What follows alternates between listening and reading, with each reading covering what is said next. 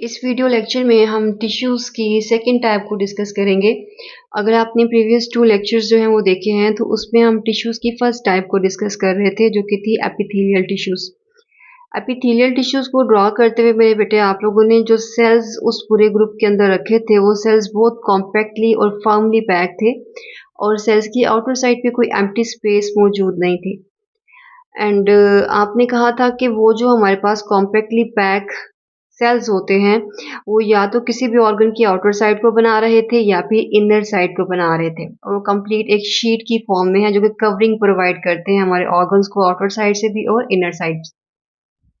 And ये जो हमारे पास टाइप है कनेक्टिव टिश्यूज़, इसमें जो सेल्स मेरे बेटे होंगे उनके दरमियान में बहुत ज़्यादा स्पेसेस मौजूद होती हैं और ये जो हमारे पास आउटर साइड पे स्पेस है सेल की, इसे हम कहते हैं ये एक्स्ट्रा सेलुलर स्पेस है। एक्स्ट्रा मीन्स कि ये सेल की आउटर साइड पे है। तो यहाँ पे सेल्स जो हैं वो बहुत लूजली अरेंज हैं और कॉम्पैक्टली अरेंज नहीं होते हैं और बहुत ज़्यादा आउटर साइड पे स्पेसेस मौजूद होंगी। और इनका जो फंक्शन है वो नेम से ही क्लियर है कि इन्होंने हमारे मल्टीपल ऑर्गन्स को अटैच करना होता है। लाइक मेरी बॉडी की स्किन है तो स्किन जो है वो बोन्स के साथ अटैच है और अटैच करने के लिए मैंने यूज़ करना है कौन से टिश्यूज़ को, कनेक्टिव टिश्यूज़ को। मल्टीपल बोन्स आपस में अटैच हैं, बोन्स को आपस में कौन अटैच करवा रहा है, कनेक्टिव टिश्यू अटैच करवा रहा है। इसी तरह से मल्टीपल ऑर्गन्स हैं हमारी बॉडी में, ऑर्गन्स की लोकेशन फिक्स है एंड ऑर्गन्स की उन लोकेशन को फिक्स रखने के लिए अगेन हमने कनेक्टिव टिश्यूज़ को यूज़ किया हुआ है जो कि ऑर्गन्स को बॉडी वॉल के साथ कनेक्ट करके रखता है और उसकी पोजीशंस को चेंज नहीं होने देता है। या आप सिंपली कह सकते हो कि एब्डोमेन में जो ऑर्गन्स हैं उनको एक एरिया से दूसरी एरिया में फ्लोट नहीं होने देता है और उसको फिक्स रखता है अपनी पोजीशंस में। तो अगर हम कनेक्टिव टिश्यूज़ की डेफिनेशन को देखें तो उसमें मेरे बेटे आपको नज़र आ रहा है कि ये वो टिश्यूज़ हैं, वो सेल्स का ग्रुप है जो क्या करता है, कनेक्ट करता है मल्टीपल ऑर्गन्स को आपस में, या सिंपली आप कह सकते हो कि आपके मल्टीपल टिश्यूज़ को आपस में अटैच करवाता है बिकॉज़ आपकी पूरी बॉडी टिश्यूज़ की बनी हुई है एंड टिश्यूज़ को आपस में होल्ड करके रखना काम किसका होता है, कनेक्टिव टिश्यूज़ का काम होता है। और जो एपिथेलियल टिश्यूज़ आप पढ़ रहे थे वो ओनली हमारी लाइनिंग्स को बनाते हैं ऑर्गन्स की, चाहे आउटर है चाहे इनर है। व्हाइल जो कनेक्टिव टिश्यूज़ हैं ये हमारी बॉडी में हम कहते हैं कि इनकी अमाउंट सबसे ज़्यादा है और इसके सिंपली आप ये कह सकते हो कि बॉडी का कोई भी जो पार्ट है वो कनेक्टिव टिश्यूज़ के बगैर कंप्लीट नहीं होता है। क्योंकि अगर ये टिश्यूज़ नहीं होंगे तो आपकी बॉडी के किसी भी ऑर्गन की लोकेशन जो है वो फिक्स नहीं होगी। जो स्टमक है कभी वो राइट साइड पे जा रहा होगा, कभी वो अपर साइड पे, लोअर साइड पे जा रहा होगा। तो हर एक ऑर्गन को अपनी पोज़ीशन पे फिक्स रखना, सपोर्ट प्रोवाइड करना, ये काम किसका होता है, कनेक्टिव टिश्यूज़ का। तो आप सिंपली कह सकते हो कि मल्टीपल ऑर्गन्स को आपस में क्या करना, बाइंड करना, होल्ड करके रखना या एक ऑर्गन को दूसरे ऑर्गन से क्या करना, सेपरेट करना। ये सारे काम किसके हैं मेरे बेटे? ये होते हैं कनेक्टिव टिश्यूज़ के। कनेक्टिव टिश्यूज़ के फंक्शन में 3 इम्पोर्टेंट पॉइंट्स मैंने हाइलाइट किए हुए हैं कि ये मेरे बॉडी के मल्टीपल ऑर्गन्स को बिकॉज़ अटैच करके रखते हैं, आपस में जोड़ते हैं, तो ये मेरी बॉडी को स्ट्रक्चरल सपोर्ट प्रोवाइड करते हैं। सेकंड मैंने लिखा हुआ है कि ये फंक्शनल सपोर्ट प्रोवाइड करते हैं। इसका मीनिंग क्या है कि अगर मेरे बेटे ये मेरी स्किन है और स्किन के साथ ये इनर साइड पे ब्लड वेसल्स हैं, बोन्स हैं, हर चीज़ मौजूद है। तो ब्लड वेसल्स को और स्किन को आपस में जोड़ना ये काम किसका है, कनेक्टिव टिश्यूज़ का। अगर ये कनेक्टिव टिश्यूज़ ना होते तो ब्लड वेसल्स जो हैं वो बिल्कुल भी अपनी पोजीशन पे फिक्स ना रहती और वो मुसलसल अपनी पोजीशन चेंज कर रही होती। तो ये था स्किन, ये थी ब्लड वेसल्स। तो ना सिर्फ इन बॉडी पार्ट्स को, मैंने ऑलरेडी आपको बताया कि हर एक बॉडी ऑर्गन को क्या करना, आपस में होल्ड करके रखना, बाइंड करके रखना, ये काम होता है कनेक्टिव टिश्यूज़ का। तो इसे हम कहते हैं कि ये स्ट्रक्चरल सपोर्ट प्रोवाइड करते हैं हमारे बॉडी ऑर्गन्स को या पूरी बॉडी के स्ट्रक्चर्स को।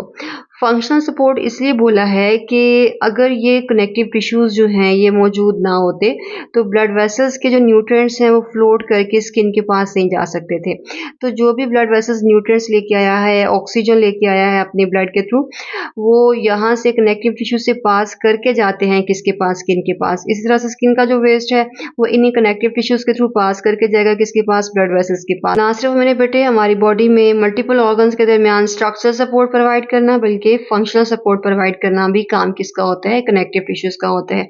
आगे इंशाल्लाह अभी हम देखते हैं कि कनेक्टिव टिश्यूज़ में मल्टीपल ऐसे सेल्स भी मौजूद हैं जो कि हमारे बॉडी में एंटर होने वाले वायरसेस एंड बैक्टीरिया को किल करते हैं। तो इसलिए हम कहते हैं कि ये हमारी बॉडी को डिफेंस भी प्रोवाइड कर रहे होते हैं।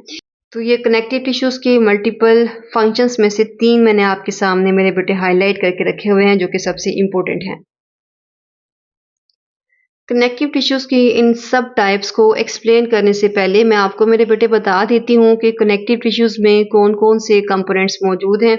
जब मेरे बेटे आप वो ड्रॉ कर लेंगे, समझ लेंगे तो ये सारी चीज़ें आपको समझना आसान हो जाएगा। तो कनेक्टिव टिश्यूज़ के 3 कंपोनेंट्स हैं। जो फर्स्ट कंपोनेंट मैं आपके सामने ड्रॉ करूँगी, वो इस तरह का एक इर्रेगुलर शेप का मैं सेल ड्रॉ कर रही हूँ।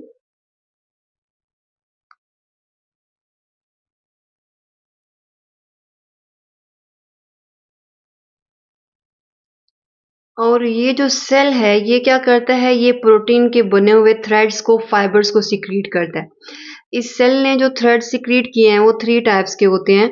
अगर तो मेरे बेटे जो थ्रेड है, वो इस तरह का है कि उसमें सिंगल थ्रेड की तरह के स्ट्रक्चर्स हैं, लेकिन वो बंडल्स बना रहे हैं या ग्रुप्स बना रहे हैं, उसमें कोई भी ब्रांचेस मौजूद नहीं हैं। तो इस तरह के थ्रेड को मैं कहती हूँ मेरे बेटे कि ये है collagen fibre.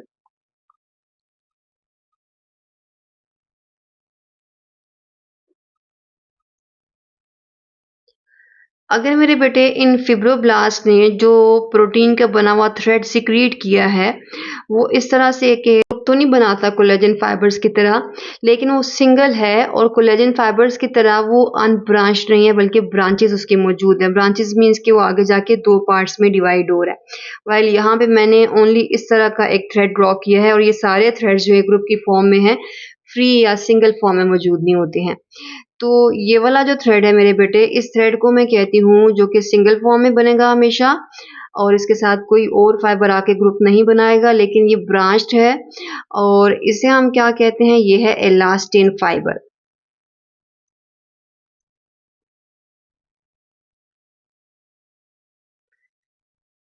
Collagen fibre and elastin fibre के अलावा ये जो मेरे सेल्स हैं, इन्होंने एक थर्ड टाइप का मेरे बेटे सीक्रेट किया है प्रोटीन का बना हुआ थ्रेड, और वो सबसे थिन होता है और उसमें कोई ब्रांचेस भी नहीं है और वो कोई ग्रुप की फॉर्म में मौजूद नहीं होता है। और ये जो थ्रेड होता है, इसे हम कहते हैं, ये है रेटिक्यूलर फाइबर।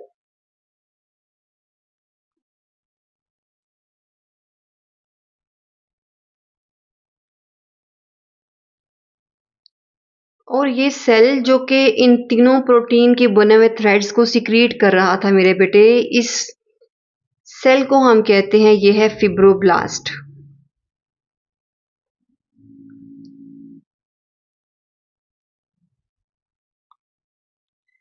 तो फिब्रोब्लास्ट है वो सेल जो कि कनेक्टिव टिश्यूज़ के अंदर मौजूद है या कनेक्टिव टिश्यूज़ को बना रहा है। और कनेक्टिव टिश्यूज़ में सेल की आउटर साइड पे, ये सेल की आउटर साइड है ना ये वाली, ये सेल की इनर साइड है, बिकॉज़ हमने बोला फिब्रोब्लास्ट एक सेल है। तो इस सेल की आउटर साइड पे ये 3 तरह के थ्रेड्स बनाए इससे। एक वो था थ्रेड जो कि हमने बोला कि अनब्रांच्ड है, मीन्स कि उसकी कोई ब्रांचेस नहीं है, लेकिन वो जो अनब्रांच्ड थ्रेड है मेरे बेटे, वो ग्रुप की फॉर्म में रह रहे होते हैं। एंड इन फाइबर्स को हम कहते हैं, ये कोलेजन है। कोलेजन फाइबर्स के जितने भी थ्रेड्स हैं वो ग्रुप की फॉर्म में रहेंगे और क्या होते हैं, अनब्रांच्ड होते हैं। मैं लिख भी देती हूँ आपके लिए मेरे बेटे, ये रहते हैं ग्रुप की फॉर्म में। और इसका जो सिंगल थ्रेड होता है, अगर हम उसको देखें तो वो क्या होता है मेरे बेटे, वो होता है अनब्रांच्ड। वाइल जो इलास्टिन फाइबर है, आप देख रहे हो कि इसने कोई ग्रुप नहीं बनाया है, तो ये हमेशा रहेगा सिंगल फॉर्म में। और ये हमेशा क्या होगा मेरे बेटे, आप देख रहे हो कि आगे जाके ये एक था पहले, फिर से 2 ब्रांचेस अपनी बना ली हैं, तो ये हमेशा क्या होता है, ये होता है ब्रांच। और जो रेटिक्यूलर है, ये सबसे थिन है। इसके अलावा ये सिंगल फॉर्म में रहता है और इसके अलावा आप लिखेंगे कि ये है मेरे बेटे अनब्रांच्ड।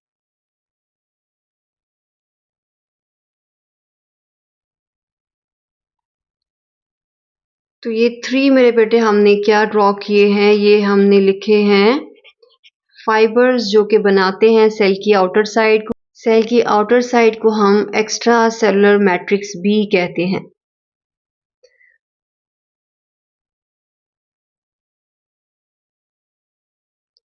इन फाइबर्स के अलावा जो सेकंड हमारा कंपोनेंट सेल की आउटर साइड पे मींस के एक्स्ट्रा सेलुलर मैट्रिक्स के अंदर होता है, वो आप कह सकते हो कि प्रोटीन्स और कार्बोहाइड्रेट्स का बना हुआ एक सब्सटेंस है जो कि सारे इस स्ट्रक्चर को होल्ड करके रखेगा, एज अ ग्लू वर्क करेगा और इसके अपने स्ट्रक्चर को ओपन नहीं होने देगा, डिस्ट्रॉय नहीं होने देगा। तो ये जो मेरे बेटे मैंने यहाँ पे डॉट्स की फॉर्म में आपके सामने ड्रॉ किया है, इसे हम क्या बोलते हैं? ये है ग्राउंड सब्सटेंस।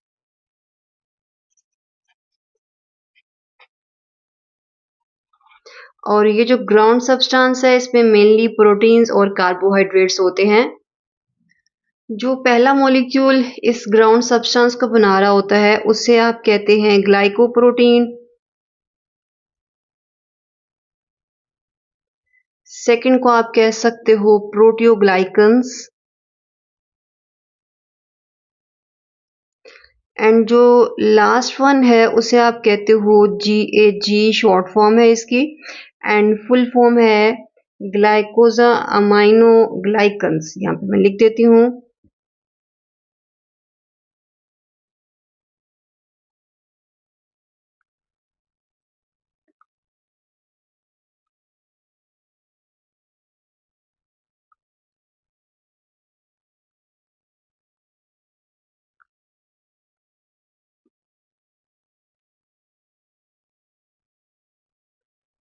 और ये दोनों components fibres and ground substances जो हैं, जिसमें ये प्रोटीन्स और कार्बोहाइड्रेट्स का बना हुआ एक ग्लू की तरह का स्ट्रक्चर है जो पूरे स्ट्रक्चर को होल्ड करके रखता है। तो ये दोनों मेरे बेटे हम कहते हैं कि ये दोनों किसके पार्ट हैं? ये दोनों पार्ट हैं एक्स्ट्रा सेलुलर मैट्रिक्स के। मीन्स कि ऐसा मैट्रिक्स, ऐसी स्पेस जो मौजूद है सेल की आउटर साइड पे। तो ये तो हमने कनेक्टिव टिश्यूज का पहला कंपोनेंट ड्रॉ किया जिसमें दो पार्ट्स ड्रॉ किए हैं हमने, fibres and ground substances. Fibres में 3 टाइप्स कौन सी हैं, हर एक के करेक्टर्स क्या हैं वो याद रखिएगा। एंड इनमें से सबसे स्ट्रॉन्ग जो है वो कोलेजन फाइबर होता है बिकॉज वो बंडल्स की फॉर्म में मौजूद होता है। एंड जो इलास्टिन फाइबर है वो सिंगल फॉर्म में है तो फ्लेक्सिबल होता है, बहुत स्ट्रॉन्ग जो है वो नहीं होता, वो बहुत ज़्यादा स्ट्रेंथ प्रोवाइड नहीं करता, लेकिन फ्लेक्सिबिलिटी जो है वो इलास्टिन प्रोवाइड करता है, इलास्टिन एंड रेटिकुलर, बिकॉज वो बहुत वीक होते हैं। तो कनेक्टिव टिश्यूज के कंपोनेंट्स में जो पहला कंपोनेंट है वो है एक्स्ट्रा सेलुलर मैट्रिक्स जो कि सेल्स की आउटर साइड पे है। मैट्रिक्स में दो चीज़ें हैं, प्रोटीन के बने हुए फाइबर्स, 3 टाइप्स के नेम, उनके करेक्टर्स, एंड इसके अलावा ग्राउंड सब्सटेंस की कौन कौन सी प्रोटीन एंड कार्बोहाइड्रेट्स की फॉर्म है वो 3 हमने लिख लिया यहाँ पे।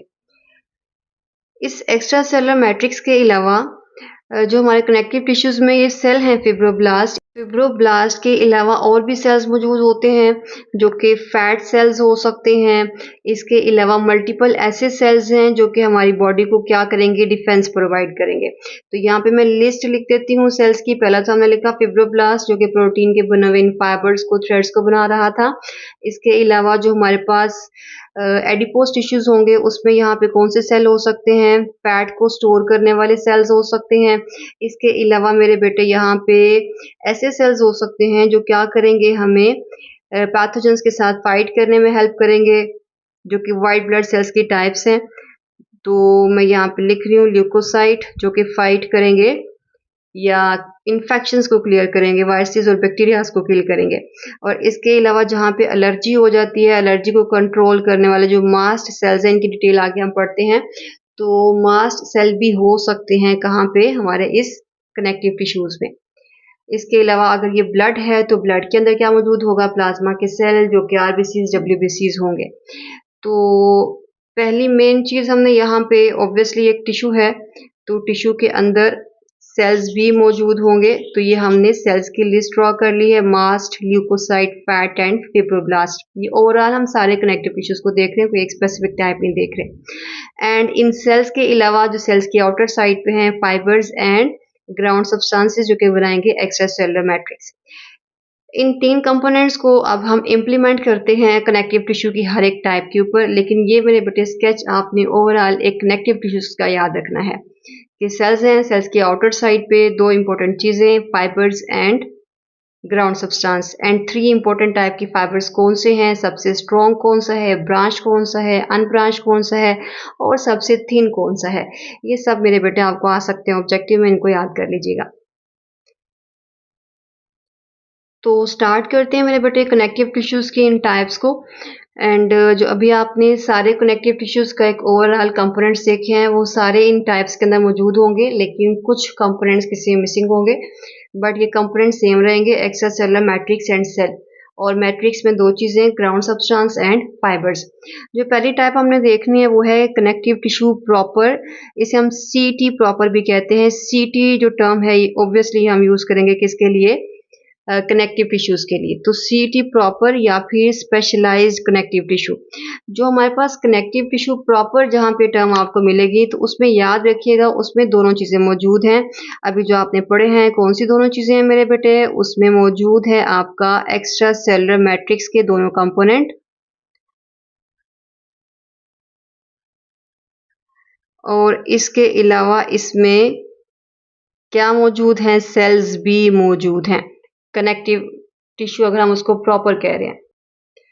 वाइल जो स्पेशलाइज्ड हमारे कनेक्टिव टिश्यूज होते हैं इसमें क्या होता है मेरे बेटे कि इसमें जो एक्स्ट्रा सेलुलर मैट्रिक्स के फाइबर्स होते हैं वो क्या होते हैं मेरे बेटे, इसमें मिसिंग होते हैं। तो हमारी जो इसमें है स्केलेटल में कुछ मौजूद होते हैं, लेकिन बाकियों में ब्लड में और बाकी पार्ट्स के अंदर मौजूद नहीं होते हैं। तो यहाँ पे लिखते हैं कि इनमें एक्स्ट्रा सेलुलर मैट्रिक्स का क्या पार्ट मिसिंग है, इसमें मिसिंग होता है फाइबर्स जो हैं वो क्या होंगे, मिसिंग होंगे। और हमने लिखा हुआ ये स्पेशलाइज कनेक्टिव है, मीन्स कि इसमें कोई स्पेशल टाइप के सेल्स मौजूद हैं जो कि बाकी किसी और के अंदर मौजूद नहीं होंगे। लाइक आरबीसीज हैं तो वो ब्लड को बनाएंगे, हमारे पास स्केलेटन में ओस्टियोसाइट होंगे, इस तरह के स्पेशलाइज जो हैं स्पेशल सेल्स जो मौजूद होते हैं इनके टिश्यूज के क्लस्टर में। और यहाँ पे ओवरऑल जो हमारे सेल्स थे वो सब के अंदर ही मौजूद होते हैं। लाइक फिब्रोब्लास्ट सब के अंदर होगा जिनमें फाइबर बनना है, लेकिन जो स्पेशलाइज्ड हैं इनमें ओनली स्पेशल सेल्स हैं जो कि बाकियों के अंदर मौजूद नहीं होंगे। और दूसरा इंपॉर्टेंट कैरेक्टर कि इनके अंदर फाइबर्स जो हैं वो भी या तो मिसिंग हैं, और अगर किसी के अंदर हैं तो बहुत माइनर अमाउंट के अंदर मौजूद होते हैं। आज के लेक्चर में मेरे बेटे मैं आपको कनेक्टिव टिश्यू प्रॉपर की जो फर्स्ट टाइप मैंने लिखी हुई है लूज कनेक्टिव टिश्यू, ये एक्सप्लेन करूंगी। और कनेक्टिव टिश्यू प्रॉपर की सेकंड टाइप है डेंस कनेक्टिव टिश्यू। दोनों के नेम से आपको क्लियर हो रहा है मेरे बेटे कि जो हमारे पास एक्स्ट्रा सेलुलर मैट्रिक्स है अगर उसमें फाइबर्स जो हैं वो कम होंगे, मीन्स कि कहीं कहीं पे मौजूद हैं, तो जो हमारे पास ये टिश्यू है वो क्या है, लूज है, मीन्स कि कॉम्पैक्टली पैक नहीं है। वाइल अगर मैं डेंस कनेक्टिव टिश्यू कह रही हूँ तो उसमें क्या है कि उसमें सेल्स की आउटर साइड पे मेरे बेटे फाइबर्स की अमाउंट बहुत ज़्यादा है, और आप देख सकते हो कि वो क्या है, डेंस हो गया है, गाढ़ा हो गया है उसका जो एक्स्ट्रा सेलुलर मैट्रिक्स है। ठीक है, तो सेल्स की आउटर साइड पे अगर जो फाइबर्स हैं वो लो होंगे, कम होंगे, तो हम कहते हैं कि जो मैट्रिक्स है एक्स्ट्रा सेलुलर वो क्या है, थिन सा है, पतला सा है, तो उसे हम लूज कहते हैं। अगर फाइबर्स की अमाउंट बहुत ज़्यादा हो जाएगी तो उस केस में फिर हम कहते हैं कि मैट्रिक्स बहुत गाढ़ा हो गया और डेंस हो गया है। तो ये मेन चीज़ है मेरे बेटे, यहाँ पे लिखा हुआ है कि ग्राउंड सब्सटेंस क्या है, वो ज़्यादा है, मीन्स कि एक्स्ट्रा सेलुलर मैट्रिक्स में जो प्रोटीन्स और कार्बोहाइड्रेट्स हैं वो ज़्यादा हैं, लेकिन उसमें फाइबर्स क्या हैं, कम हैं। किसके अंदर, लूज कनेक्टिव टिश्यू में। और डेंस में इससे रिवर्स होता है। रिवर्स क्या है कि हमारे ग्राउंड सब्सटेंस जो है वो कम होंगे और फाइबर्स की अमाउंट क्या होगी, बहुत ज़्यादा होगी, इसलिए वो बहुत ज़्यादा हमें थिक फील होता है। इसकी एग्जांपल आप कोट कर सकते हो, लाइक आपने अक्सर नूडल्स आप बनाते हो तो नूडल्स में अक्सर आप लिक्विड जो पोर्शन है, पानी जो होता है वो ज़्यादा रखते हो। तो अगर आपने लिक्विड पोर्शन ज़्यादा रखा हुआ है, जो कि यहाँ पे हम उसे ग्राउंड सब्सटेंस से रिलेट करेंगे, तो जो नूडल्स हैं वो आपके क्या हैं, फाइबर्स हैं। और फाइबर्स सब क्या होंगे, फिर वो लूजली पैक होते हैं।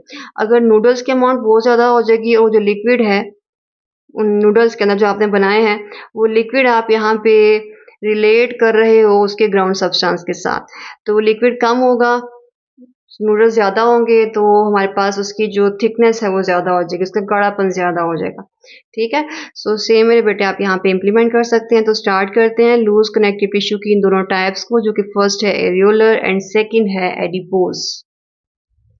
तो लूज़ कनेक्टिव टिश्यू के फर्स्ट टाइप को स्टार्ट करते हैं एरियोलर को, एंड इसके अंदर सेम जब भी आपने कंपोजिशन देखी है कनेक्टिव टिश्यू की उसकी तरह के सेल्स हैं। और जो पहला सेल आपके सामने हाईलाइट किया हुआ है वो फिब्रोब्लास्ट है, जो कि इन फाइबर्स को सिक्रीट करेगा। यहाँ पे मैंने 2 लिखे हुए हैं, आप इन तीनों को मेंशन कर दें। और वो 3 थर्ड जो है उसका नेम आपको पता है वो क्या होता है मेरे बेटे, वो होता है रेटिक्यूलर फाइबर। तो तीनों तरह के फाइबर्स जो हैं वो सिक्रीट किए किसने, एरियोलर कनेक्टिव टिश्यू ने। और इन फाइबर्स के सेम वही कैरेक्टर्स लिखे गए हैं जो भी मैंने आपको इंट्रोडक्शन में बताए थे कि कोलेजन हमेशा क्या होगा, अनब्रांच्ड होगा, इस तरह से बिल्कुल स्ट्रेट होगा, और हमेशा इस तरह के थ्रेड्स जो हैं वो ग्रुप की फॉर्म में होंगे, फ्री नहीं होंगे। और इसका कलर हमेशा वाइट हमें नज़र आ रहा होता है, ये कलर आपको आ सकता है ऑब्जेक्टिव में। और जो इलास्टिन फाइबर हैं, इलास्टिन आपको बताया मैंने कि हमेशा सिंगल फॉर्म में रहते हैं, और अगर इस तरह से एक थ्रेड है तो आगे जाके ये ब्रांच्ड है, मीन्स कि उसमें 2 पार्टीशंस हो रही होती हैं। और ये हमेशा क्या रहते हैं, सिंगल रहते हैं, और इनका कलर आपने याद कर लेना है क्या होता है, येलो होता है।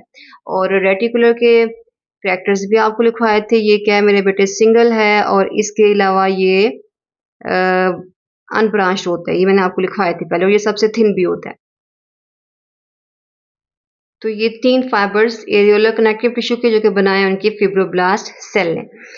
और सेकंड जो सेल हमारे इन कनेक्टिव टिश्यूज में होते हैं वो मैक्रोफेजेस हैं। मैक्रोफेजेस क्या हैं, वो मेरे बेटे ऐसे सेल्स हैं, ये हमारे इम्यून सिस्टम की एक टाइप है। और ये क्या करती है, जितने भी वायरसेस, बैक्टीरियाज या इन्फेक्शियस एजेंट मेरी बॉडी के सेल्स को डिस्ट्रॉय करना चाहते हैं उसको ये क्या करते हैं, एनगल्फ कर लेते हैं, और एनगल्फ करने के बाद उसको डिस्ट्रॉय कर देते हैं और मेरी बॉडी को किसी भी इन्फेक्शन से बचा लेते हैं।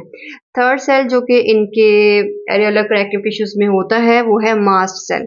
और मास्ट सेल में 3 मेरे बेटे मैंने टाइप्स लिखी हुई हैं। फर्स्ट लिखी हुई है हिस्टामिन, सेकंड हेपेरिन और सेरोटोनिन।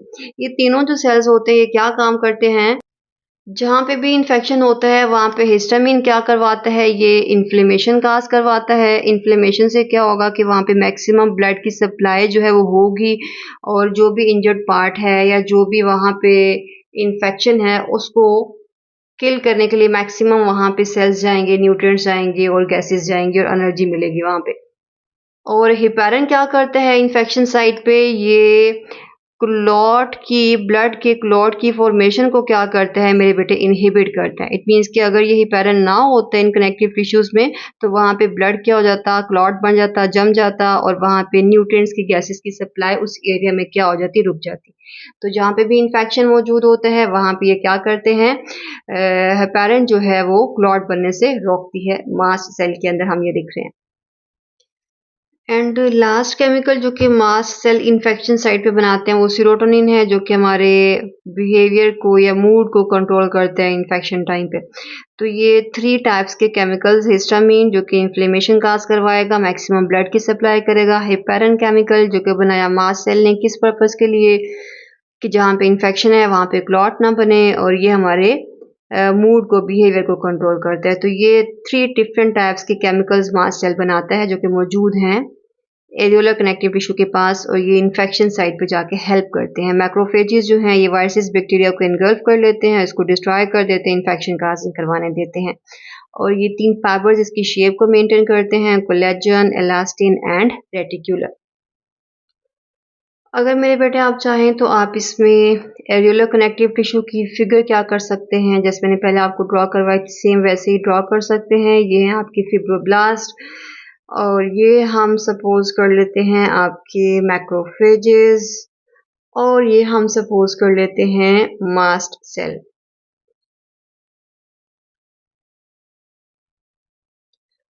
एंड ये हैं वो आपके प्रोटीन के बने हुए फाइबर्स जो कि बनाए हैं इस फिब्रोब्लास्ट ने। वो कोलेजन हो सकता है मेरे बेटे, इसके अलावा वो इलास्टिन हो सकता है, वो रेटिक्यूलर हो सकता है, और पूरे इस तरह से मैट्रिक्स के अंदर ये मौजूद होंगे। तो जो बंडल्स की फॉर्म में है वो कोलेजन है, जो फ्री हैं वो रेटिक्यूलर हैं, अगर वो ब्रांच्ड हैं तो वो इलास्टिन है। इनको लेबल मैं कर देती हूँ आपके लिए।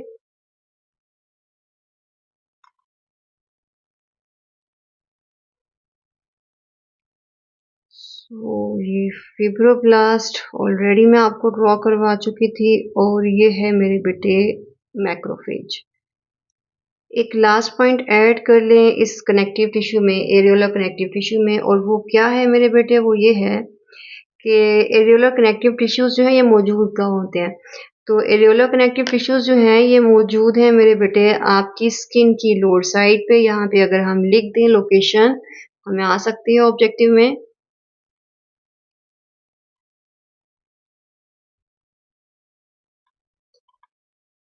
तो लोकेशन आप लिख दें, हमारी स्किन के मल्टीपल लेयर्स हम इंशाल्लाह पढ़ेंगे स्किन के स्ट्रक्चर में और फंक्शन में। तो स्किन के आउटर कवर को हम कहते हैं एपिडर्मिस, उसके नीचे डर्मिस मौजूद होता है। तो आप एपिडर्मिस के नीचे लिख दो बिकॉज़ ये जो कनेक्टिव टिश्यू है ये डर्मिस के अंदर होते हैं, जो सेकंड लेयर है स्किन की।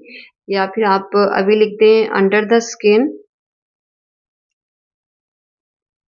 और अगर आप इसको एक्यूरेट लिखना चाहते हैं तो लिखेंगे अंडर एपिडर्मिस, जो कि आउटर लेयर है, उसकी लोअर साइड पे एक डर्मिस होते हैं, उसके अंदर ये कनेक्टिव टिश्यूज मौजूद होते हैं। सेकंड टाइप मेरे बेटे हाईलाइट करते हैं लूज कनेक्टिव टिश्यूज की, वो है एडिपोज टिश्यूज। एडिपोज जहाँ पे मेरे बेटे आप टर्म यूज करें उसको याद रखिएगा, वो एडिपोसाइट से है। और एडिपोसाइट्स उन सेल्स को कहते हैं, साइट आपको पता है सेल को कहते हो, जो क्या करते हैं फैट्स को स्टोर करते हैं। तो हमारी बॉडी में वो सेल जो क्या करता है, लाइक सपोज करो ये एक सेल है, उसमें बड़ा सा ये क्या स्टोर किया गया है, किसी भी ऑयल को, फैट को स्टोर किया गया है। और बाकी जितने भी ऑर्गेनेलिज होते हैं वो मार्जिन्स पे होते हैं, बिकॉज सेंटर में सारा ये हमने क्या स्टोर किया होता है, फैट को स्टोर किया होता है। तो फैट को स्टोर करने वाले सेल को हम क्या कहते हैं, एडिपोसाइट। तो एडिपोज टिश्यूज में पहला सेल कौन सा है, फैट को स्टोर करने वाला सेल, जो कि एडिपोसाइट। और दूसरा इसमें जो सेल है वो फिब्रोब्लास्ट, बहुत कम होता है, जिसके बहुत कम इसमें कोलेजन एंड इलास्टिन के फाइबर्स होते हैं। एडिपोसाइट्स में जो फैट स्टोर होती है मेरे बेटे, वो दो तरह की होती है। जितने भी हमारे बेबीज हैं, न्यू बॉर्न बेबीज हैं, उनमें जो फैट है उसे हम ब्राउन फैट कहते हैं, और जो अडल्ट होते हैं उसमें जो फैट होती है उसे हम कहते हैं, ये है येलो फैट। जो ब्राउन फैट है वो ब्राउन फैट क्यों होती है, बिकॉज उनके अंदर, उनके सेल्स के अंदर जो एडिपोसाइट्स हैं उनके सेल्स के अंदर बहुत ज़्यादा अमाउंट में मौजूद होते हैं माइटोकॉन्ड्रिया। और वो जो माइटोकॉन्ड्रिया होते हैं वो होते हैं आयरन कंटेनिंग। तो इस आयरन की वजह से एडिपोसाइट का जो कलर है वो ब्राउन जो है वो होता है। और ये जो ब्राउन फैट होती है, ये हमारे जो न्यूबॉर्न होते हैं उनको बहुत ज़्यादा अमाउंट में एनर्जी चाहिए होती है अपनी ग्रोथ के लिए। तो ये उनको क्या करते हैं, एनर्जी प्रोवाइड करते हैं, ना सिर्फ उनकी ग्रोथ के लिए बल्कि ये उनकी बॉडी को वार्म अप भी रखते हैं। क्योंकि जो न्यूबॉर्न बेबीज़ होते हैं, जब उनकी बर्थ होती है तो उनकी बॉडी के टेम्परेचर को स्टेबलाइज़ होने में थोड़ा टाइम लगता है। अक्सर आपने देखा होगा बच्चों की बर्थ के फ़ौरन बाद उनको सर्दी लग रही होती है, चाहे बहुत ज़्यादा गर्मी है तो उस केस में भी। तो ये ब्राउन फैट जो है ये उनकी बॉडी को वार्म अप रखती है, ना सिर्फ एनर्जी प्रोवाइड करती है। आप कहते हैं कि ये हीट एनर्जी प्रोवाइड कर रही है, मीन्स कि थर्मोजेनेसिस को या उसकी बॉडी के टेम्परेचर को मेंटेन करने के लिए ये हीट प्रोवाइड कर रही होती है। तो ये ब्राउन फैट है ओनली न्यूबॉर्न बेबीज़ के अंदर। और ब्राउन फैट का एक और जो आपने हाइलाइट करना है करैक्टर, वो ये है कि ब्राउन फैट का जो एडिपोसाइट होता है उसमें जो फैट के लोब्यूल्स हैं या पार्टीशन है वो इस तरह की मल्टीपल होती हैं, एक नहीं होता। और जो ऑर्गन्स हैं वो इस तरह से सराउंडिंग में मौजूद होते हैं। जो येलो फैट है ये अडल्ट्स में है, ये हमारी स्किन के नीचे होती है, या हमारे ऑर्गन्स को क्या कर रही होती है, रैप कर रही होती है। अगर ये हमारे ऑर्गन्स को रैप कर रही है तो ऑर्गन्स को प्रोटेक्ट कर रही है, लाइक हम किडनीज में पढ़ेंगे कि फैट की एक थिक लेयर है जो उसकी प्रोटेक्शन प्रोवाइड करती है। स्किन के नीचे है तो ये एज अ इंसुलेटर वर्क करती है। लाइक इंसुलेटर किस तरह से, अगर ये मैं सपोज कर लूँ मेरी स्किन के नीचे मौजूद है फैट की लेयर, सर्दियों में बाय टेम्परेचर कितना है 5 डिग्री सेंटीग्रेड, और मेरी बॉडी में कितना है 37 डिग्री सेंटीग्रेड। अगर ये फैट की लेयर ना होती, इंसुलेटर ना होता, तो मेरी बॉडी की हीट बाहर जाना शुरू कर देती और बॉडी मेरी जो है वो टेम्परेचर कम होना शुरू हो जाता, जिस पे एंजाइम काम ना करते। तो मेरी स्किन की जहाँ-जहाँ पे स्किन है उसकी लोअर साइड पे ये येलो फैट है जो कि मेरी बॉडी को इंसुलेशन प्रोवाइड करती है, बॉडी की हीट को बाहर नहीं जाने देती है और ना ही वाटर को क्रॉस होने देती है। बिकॉज़ ये फैट की लेयर क्या होती है, हाइड्रोफोबिक होती है। तो ना ही ये होने दे रही है हीट को क्रॉस और ना ही वाटर को। तो फैट की ये लेयर मेरे स्किन के नीचे ना सिर्फ मुझे प्रोटेक्शन प्रोवाइड करेगी मेरे ऑर्गन्स को, बल्कि मेरी हीट को सेव करके रखेगी सर्दियों में, मुझे वार्म अप रखेगी। और थर्ड काम क्या करती है ये फैट मेरी स्किन के नीचे, कि जब कभी मैं फास्टिंग स्टेट में हूँ, मैंने खाना नहीं खाया हुआ है, तो ये मुझे एनर्जी भी प्रोवाइड करती है। और इसके जो एडिपोसाइट्स होते हैं या फैट स्टोरिंग सेल्स होते हैं येलो फैट के, उसमें आपने कैसे ड्रॉ करना है, उसमें मेरे बेटे आपने ये एक बड़ा-सा एडिपोसाइट, जिसमें बड़ा-सा ये फैट स्टोर करने वाला आप लोब्यूल कह सकते हो, बैग कह सकते हो, और ये सराउंडिंग में मौजूद उस सेल के रिमेनिंग ऑर्गन्स। अगर ये मैंने एक एडिपोसाइट ड्रॉ किया है, ये सेकंड है, सेम आप ऐसे ड्रॉ करेंगे, अंदर फैट स्टोर करने वाला लोब्यूल, उसके ऑर्गेनेलिस, ये थर्ड है मेरे बेटे। और यहाँ पे बहुत कम अमाउंट में क्या मौजूद होते हैं, वो फाइबर्स मौजूद हैं, जो कि हम पहले एक्स्ट्रा सेलुलर मैट्रिक्स में ड्रॉ कर रहे थे। और ये मैं डॉट्स की फॉर्म में क्या हाईलाइट कर रही हूँ, ये मैं एक्स्ट्रा सेलुलर मैट्रिक्स जो है वो हाईलाइट कर रही हूँ, जो कि ग्राउंड सब्सटेंस है। तो ये हैं हमारे फाइबर्स, डॉट्स में हैं ग्राउंड सब्सटेंस, और ये हैं कोलेजन फाइबर्स, लेकिन बहुत कम अमाउंट में। सेम फिगर जो हमने पहले ड्रॉ की थी इंट्रोडक्शन में, आप लेबल करना चाहते हैं तो कर सकते हैं। ये है एडिपोसाइट, ये क्या है मेरे बेटे, ग्राउंड सब्सटेंस, और ये आपको पता है ये हैं fibres. So fibres and ground substance जो कि बना रहे हैं सेल की आउटर साइड पे एक्स्ट्रा सेलुलर मैट्रिक्स को। कनेक्टिव टिश्यूज जो हैं वो मेरे बेटे अभी कंप्लीट नहीं हुए हैं, जो रिमेनिंग टाइप्स हैं वो हम इंशाल्लाह कल देखेंगे। लेकिन वाइंड अप करने से पहले जो आप प्रीवियसली एपिथेलियल टिश्यूज पढ़ रहे थे, उसमें दो इंपॉर्टेंट टर्म्स मैं आपको हाईलाइट करवाना चाह रही हूँ, वो ऐड कर लें क्योंकि वो आपको ऑब्जेक्टिव में आ सकती हैं। तो पहले जो टर्म मैं आपको ऐड करवाना चाह रही हूँ, pseudostratified. Pseudo means false और स्ट्रेटिफाइड मीन्स के लेयर्स। इट मीन्स कि यहाँ पे जो सेल्स मौजूद होंगे, लाइक सपोज करो ये बेसमेंट मेम्ब्रेन है और उस पे मेरे बेटे ये फर्स्ट आपका सेल मौजूद है, ये मैं सेकंड ड्रॉ कर देती हूँ, डिफरेंट लेंथ के हैं, और ये थर्ड है, ये फोर्थ, फिफ्थ, इस तरह से मल्टीपल सेल्स हैं। लेकिन उन सेल्स में आप देखते हो कि न्यूक्लियस की लोकेशन क्या होती है, डिफरेंट होती है, क्योंकि सेल का साइज जो है वो क्या होता है, स्मॉल होता है। यहाँ पे लेयर तो एक ही होती है, लेकिन यहाँ पे आपको न्यूक्लियस की पोजीशन डिफरेंट होने की वजह से ऐसा फील होता है कि ये दो लेयर्स हैं, ये फर्स्ट लेयर है और ये सेकंड लेयर है, बिकॉज सेल्स की जो साइज होते है वो क्या होता है, डिफरेंट होता है। तो ये एपिथेलियल टिश्यूज जो आप पढ़ रहे थे उसमें ऐड कर दें कि एक सिंगल लेयर होती है, लेकिन न्यूक्लियस की लोकेशन डिफरेंट होने की वजह से हमें ऐसी अपीयरेंस मिलती है, फॉल्स अपीयरेंस मिलती है कि माइट बी मल्टीपल स्ट्रेटास मौजूद हैं, लेकिन होते वो एक ही लेयर में है। तो इसलिए ये है pseudo stratified epithelium. Epithelial tissues की एक और टर्म मैं आपको ऐड करवाना चाह रही हूँ, और वो है ट्रांजिशनल एपिथेलियम। ट्रांजिशन है मेरे बेटे चेंज होने से। और लाइक अगर यूरिनरी ब्लैडर की हम एग्जांपल लें, तो उसमें जब ब्लैडर जो है उसमें यूरिन नहीं होता, वो रिलैक्स फॉर्म में होता है, तो उसमें उसकी वॉल में इस तरह की मल्टीपल लेयर सेल की एपिथेलियल सेल्स की मौजूद होती हैं। लेकिन जब उसमें यूरिन फिल हो जाता है ब्लैडर के अंदर, तो ये क्या करते हैं, ये सेल स्ट्रेच होना शुरू हो जाते हैं। और अगर मैं आपके सामने, ये मैंने दोनों को डिफरेंट कलर से ड्रॉ कर दिया है, तो जब भी ये स्ट्रेच फॉर्म में होते हैं, तो स्ट्रेच फॉर्म में आप देखते हो कि जो फर्स्ट लेयर है उसके सेल्स में इस तरह का गैप क्रिएट हो जाता है, और उस गैप को फिल करने के लिए जो सेकंड लेयर के सेल्स हैं वो आके यहाँ पे फिट होना शुरू हो जाते हैं। इस तरह से इसकी ऊपर लेयर्स में यही चेंज आता है। तो ये है ब्लैडर की वॉल की या एपिथेलियल की कौन सी फॉर्म, ये है उसकी स्ट्रेच फॉर्म। तो मल्टीपल लेयर्स का कम या सिंगल लेयर में चेंज होना, या अपनी पोजीशंस को, शेप को चेंज करना, रिलैक्स फॉर्म में ज़्यादा होना, स्ट्रेच फॉर्म में कम हो जाना, इसे हम कहते हैं ट्रांजिशन एपिथेलियम है। ये दोनों चीज़ें मेरे बेटे आपको ऑब्जेक्टिव में आ सकती हैं कि सूडो स्ट्रेटिफाइड एपिथेलियम क्या है एंड ट्रांजिशन एपिथेलियम क्या है। इसको लाजमी ऐड कर लीजिएगा अपने एपिथेलियल टिश्यूज़ में। तो रिमेनिंग जो हमारे पास कनेक्टिव टिश्यूज़ हैं उसको इंशाल्लाह हम कल डिस्कस करेंगे। जो आज हमने टाइप से इंट्रोडक्शन देखा है कनेक्टिव टिश्यू का, इसमें कोई भी मेरे बेटे डाउट हो तो आप डिस्कस